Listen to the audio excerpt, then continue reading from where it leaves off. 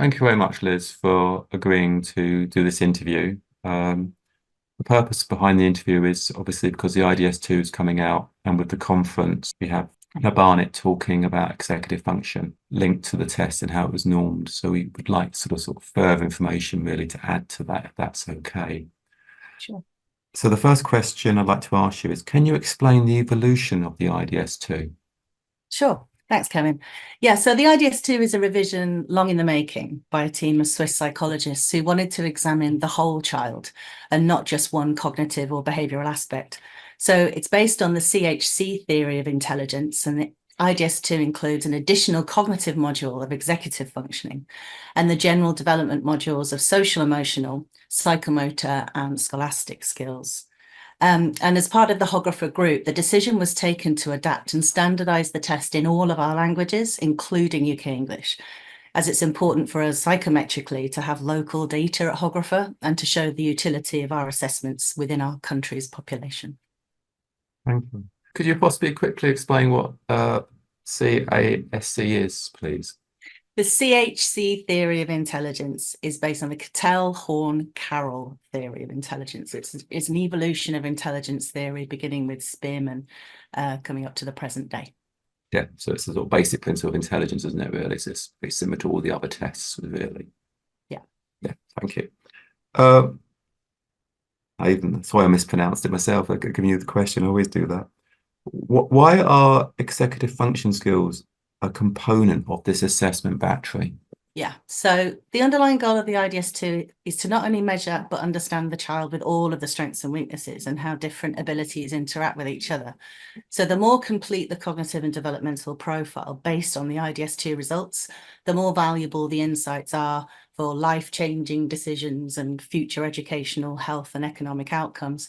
Executive functions, for example, are related to language skills and fluid intelligence, as well as psychomotor skills and self-regulation. So they reflect basic abilities that are connected not only to school performance, but also to various psychological disorders: autism, ADHD, OCD, Tourette syndrome, schizophrenia.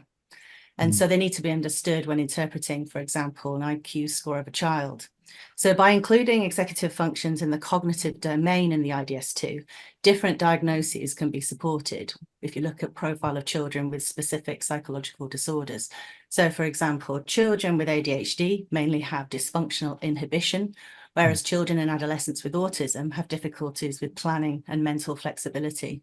So by understanding the complete cognitive and developmental profiles of psychological disorders, we can look at international research projects by Hogrefe based on the international IDS-2 data we collect from the various countries which have adapted or are adapting the IDS-2 as well. And this will help us to enhance the understanding of children and adolescents with regard to their whole cognitive and general development. Okay, can I just also remind people watching that obviously if you identify, particularly you, as a specialist assessor following the SAS guidance, can't actually identify for children ADHD or autism. But if you go onto the SAS website and download the SAS documentation, it's clear in there how you can use this data for a referral letter to the appropriate clinician to actually make that diagnostic judgment. So that information is all available free of charge on the SAS guidance. So obviously, if you're using the IDS-2 and you're looking at these function elements and this comes up, there is guidance on how to use the data once you've collected the data. Thank you.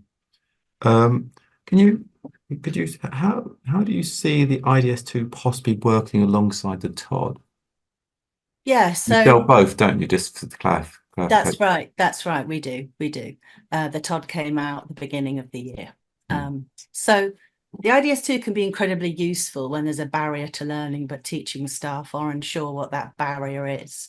So whether it could be a learning difficulty or maybe something more.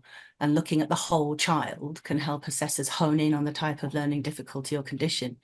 And while that does include subtests that screen for dyslexia, the TOD, the tests of dyslexia assessment, can then really tackle a full diagnostic assessment. And we have lots more detail on both assessments. So we have a dedicated IDS-2 Hogrefe website and also a new TOD web page as well, which includes really helpful FAQs. Brilliant. Thank you very much indeed.